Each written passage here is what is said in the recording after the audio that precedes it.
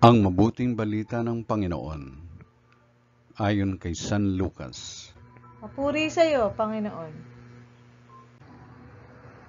Noong panahong iyon, sinabi ni Jesus, "Kawawa kayo mga Pariseo.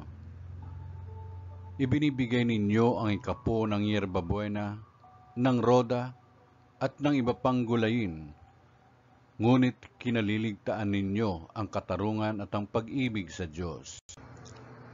Tamang gawin ninyo ito, ngunit huwag naman ninyong kaliligtaang gawin ang mga iba.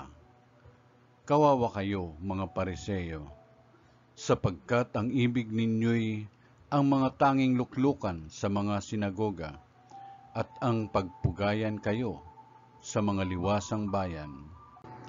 Sa aba ninyo, sapagkat para kayong mga libingang walang tanda at nalalakaran ng mga tao nang hindi nila nalalaman."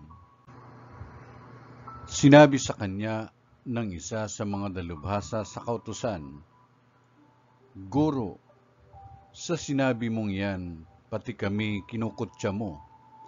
At sinagot siya ni Jesus, "Kawawa rin kayo, mga dalubhasa sa kautusan, sapagkat ipinapapasa ninyo sa mga tao ang mabibigat na dalahin, ngunit ni daliri ni ayaw ninyong igalaw sa pagdadala ng mga iyon." Ang mabuting balita ng Panginoon. Pinupuri ka namin, Panginoong Kristo.